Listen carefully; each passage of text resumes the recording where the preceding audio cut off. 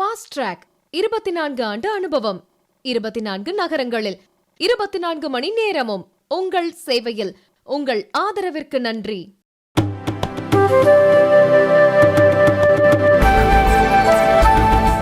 தங்கி இந்த விழாவில் கலந்துக்கிட்டு அவங்களோட சாப்பிட்டுட்டு இன்னைக்கு சென்னைக்கு கிளம்புறோம்.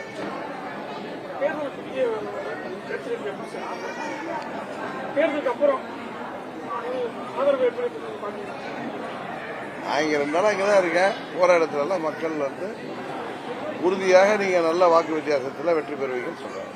நான் ஒன்றும் கருத்து கணிப்புலாம் நடத்தலை. மக்கள் சொல்கிற கருத்துக்களை கேட்டு இருக்கிறேன்.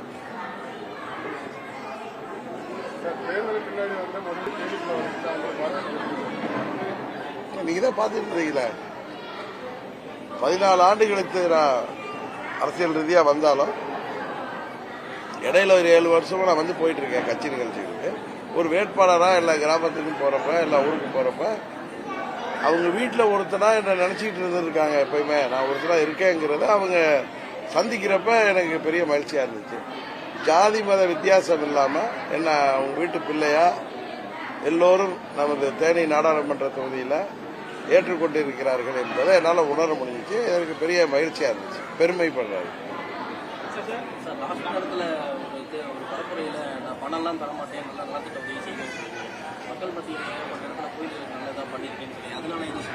என்னது மக்களுக்கு பணம்லாம் தர மாட்டேன், எனக்கு நல்ல நலத்திட்ட உதவி நான் செய்வேன்.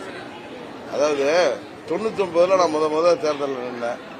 அப்ப இந்த ஓட்டுக்கு பணம் கொடுக்கிற கலாச்சாரம் கிடையாது. அப்ப 2001 சட்டமன்ற தேர்தல் நடந்துச்சு, அப்பையும் கிடையாது. உள்ளாட்சி தேர்தலையும் கிடையாது. 2004 பாராளுமன்ற தேர்தலையும் இல்லை. தமிழ்நாடு முழுவதும் நானே வேட்பாளர் என்ன. 2006 சட்டமன்ற பொதுத் தேர்தல் நடந்துச்சு, அப்ப நான் இங்க இருந்தேன். அம்மா எல்லாம் நின்னாங்க, அப்பையும் கிடையாது. 2011 தேர்தல் வரைக்கும் நான் தேர்தல் கிடையாது. 99லயும் கிடையாது. 11க்கு அப்புறம் அப்படி ஒரு தவறான கலாச்சாரம் தமிழ்நாடு முழுவதும் பழகிருக்கு. நான் ஆர்கே நகரில் போட்டிட்டப்ப கூட நான் ஓட்டுக்கெல்லாம் பணம் கொடுக்கல. என்னை சேர்ந்த சில முன்னாள் எம்எல்ஏக்கள் பழனிசாமி இப்ப ஓட்டுக்கு 10,000 6,000 கொடுத்ததுனால அவங்க பயந்து போய் அவங்க பார்த்த இடத்துல ஒரு 10 வீடு 20 வீடுகள்ல ஒரு கொஞ்சம் பூத்துகள்ல ஏதோ டோக்கன் கொடுத்ததா தகவல் வந்தவுடனே நான் நிறுத்திட்டாரு. உடனே டோக்கன் கொடுத்தா கிளம்புறேன். இங்க இப்ப யார் டோக்கன் கொடுத்தாருன்னு உங்களுக்கு தெரியும்.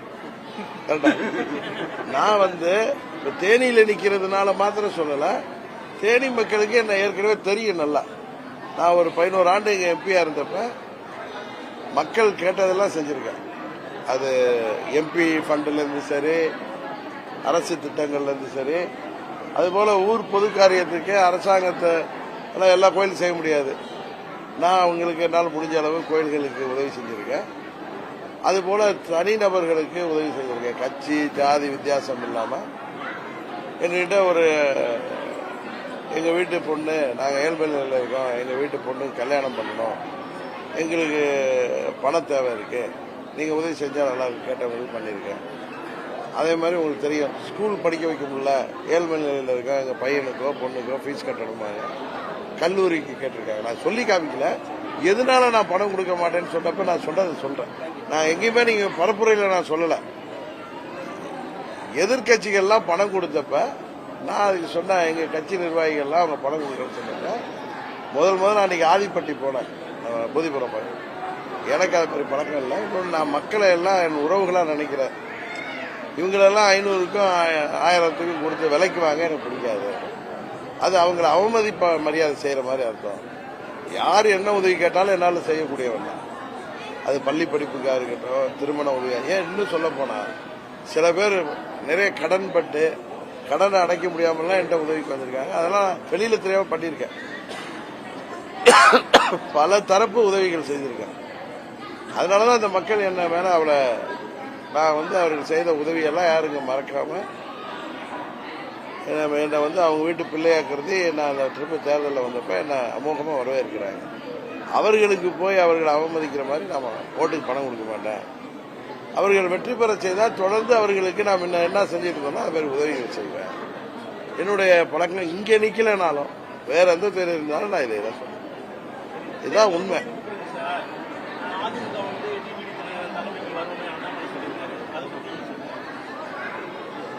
திரு அண்ணாமலை ஒரு ஆளுகின்ற தேசிய கட்சியின் தலைவர்.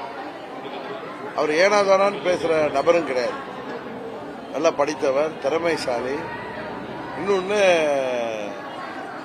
சிறப்பாக செயல்படக்கூடிய ஒருவர். அவர் யாரையும் முகஸ்துதிக்கு என்ன மாதிரி அவரு முகஸ்துதிக்கெல்லாம் பேச மாட்டார். அவரும் உள்ளத்திலேருந்து பேசுறவர் தான். அவர் அவருடைய கருத்தை நானே நீ கேட்டுட்டு இருந்தேன். அவர் எதை வச்சு சொல்றாருங்கிறத தேர்தல் முடிஞ்சதை நம்ம பார்க்கணும். அவர் ஒரு கருத்து சொல்றாருன்னா அவர் சும்மா என்ன புகழ்ந்து பேசணுங்கிற அவசியம் அவருக்கும் கிடையாது. அவர் மாதிரி கருத்து சொல்ல வேண்டிய அவசியமும் கிடையாது. ஏன்னா எனக்கு தெரிஞ்சவரை நான் என்ன புரிஞ்சுக்கிறேன்னா, புரட்சி தலைவர் மீதும் அம்மா மீதும் பாஜகங்கிற கட்சிக்கு பெரிய மரியாதையும் அன்பு இருக்கு. அம்மாவுடைய கட்சி, புரட்சி தலைவர் ஆரம்பித்த கட்சி வீடாகிவிடக்கூடாது, அது அழிந்து விடக்கூடாது, அது நல்லவர்கள் கையில வரணும் அப்படின்னு அந்த கட்சி நல்லா இருக்கணும்னு நினைச்சு அவர் பேசியிருக்காரு. நீங்க வேணா டிடி தினகரன் அப்படின்னு நபரை சொல்லி நீங்க கேக்குறீங்க. அது இன்றைக்கு ஒரு சொன்னார்ல, ஒரு கான்ட்ராக்ட், ஒரு கமர்ஷியலா இருக்காங்க. அங்க வந்து ஒரு 6 பேர் கொண்ட கும்பல் அதை வந்து அது பெரிய கட்சிய ஒரு வணிக நிறுவனம் போல் நடத்துறாங்க, வியாபாரத்துக்காக பயன்படுத்துறாங்க. ஒரு பெரிய கட்சி, ஒரு பெரிய இயக்கம். அவர்கள் பிஜேபியை வளர்க்கணும்னு நினைச்சா அந்த கட்சி அழியிட்டுன்னு சொல்லுவார். ஆனா அந்த கட்சி தேர்தல் முடிந்ததும் இவர்கள் கையில வரும்னு சொல்றது நான் என்ன பார்க்கல. அம்மாவுடைய தொண்டர்கள்ட்ட அந்த கட்சி வந்து சேரும், உண்மையான தொண்டர்கள்ட்ட. அந்த கட்சி நல்லா இருக்கணுங்கிற நல்ல இடத்துல அவர் பேசியிருக்கார். ஒரு தேசிய கட்சி, இந்தியாவை ஆள்கிற கட்சி, தொடர்ந்து ஆளப்போகிற கட்சி, அதோடைய மாநில தலைமை 3 ஆண்டுகளாக கிராமமா சுத்தி என் மண் என் நாடுங்க மக்கள்ங்கிற யாத்திரை போகிறவர். இன்னொன்று எல்லா பகுதியிலும் உள்ள மக்களுடைய மனநிலையை உணர்ந்தவர். அவர் வந்து உள்மனசுல இருந்து பேசுறாரு. அவர் எனக்கு ஆதரவா பேச வேண்டிய அவசியமும் அவருக்கு கிடையாது. அவர் பேசுறாருன்னா அவருக்கு அம்மாவுடைய இயக்கத்து மேல உள்ள அன்போ, அந்த இயக்கம் நல்லா இருக்கணுங்கிற நல்லெண்ணமோ தான் வெளிப்படும். அப்படிதான் நம்ம அதை பார்க்கணும்.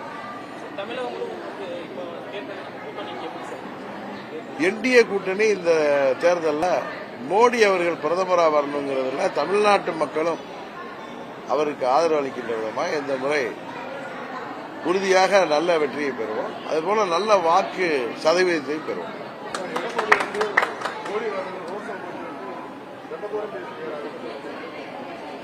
அதாவது ஒரு கோயில்ல உட்கார்ந்து நல்ல விஷயங்களை பத்தி பேசுறோம், ஒரு பாசிட்டிவான விஷயங்கள் பேசுறோம். சில மனிதர்கள் வந்து எதிர்மறையானவர்கள், அவர்கள் பாத்தீங்கன்னால எதிர்மறையான ஒரு உணர்வு வெளிப்படுறவர். ஒரு நல்ல கோயில்ல, அந்த பால் தாயம்மாள் கோயில்ல அது போன்ற என்ன சொல்றது, ஒரே வார்த்தையில் சொல்றோம், அது போல, அதாவது மனிதர்கள் இல்லாத ஒரு அரக்கத்தனமான ஜென்மங்களை பத்தி பேச வேண்டிய அவசியம் இல்லை.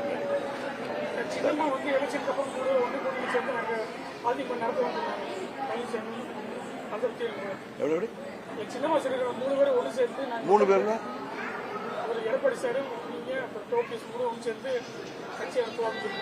அது அவங்களுடைய ஆசையை அவங்க சொல்றாங்க.